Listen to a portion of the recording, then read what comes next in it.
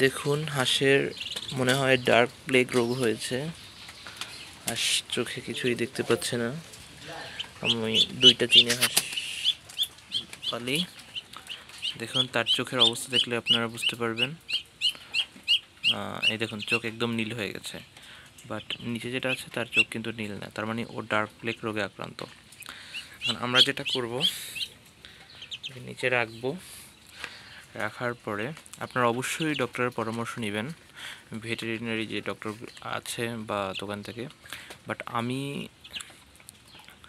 আপনাদের এটা সাজেস্ট করব না, বাট আমি এইটা দেব, দেখি সুস্থ হয় কি না। এটা হচ্ছে একটা অ্যাজোলিন একমি কোম্পানির। দেখুন, দেখি কি হয়, সুস্থ হয় নাকি হয় না। আচ্ছা,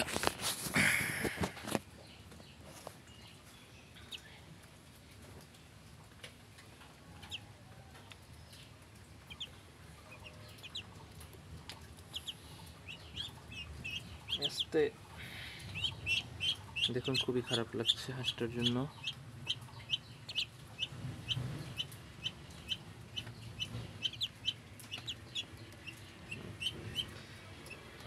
যদি এই রোগের কোনো যথাযথ চিকিৎসা নেই, তারপরে হচ্ছে চেষ্টা করি, যদি হয়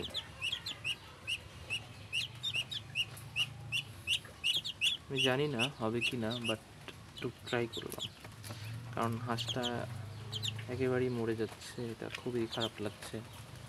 চীনা হাঁস অনেক দিন ধরে লালন পালন করছি, তো এইভাবে মরে যাওয়াটা আসলে মেনে নিতে পারবো না। তাই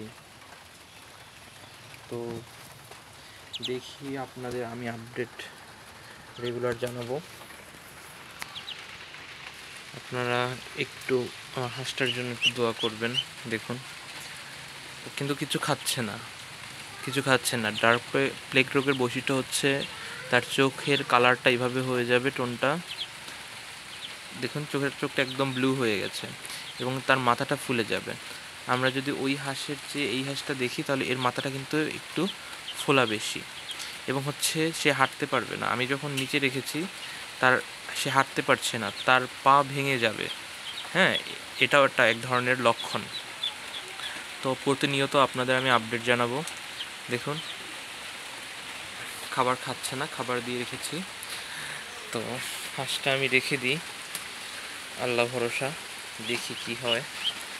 সবাই দোয়া করবেন।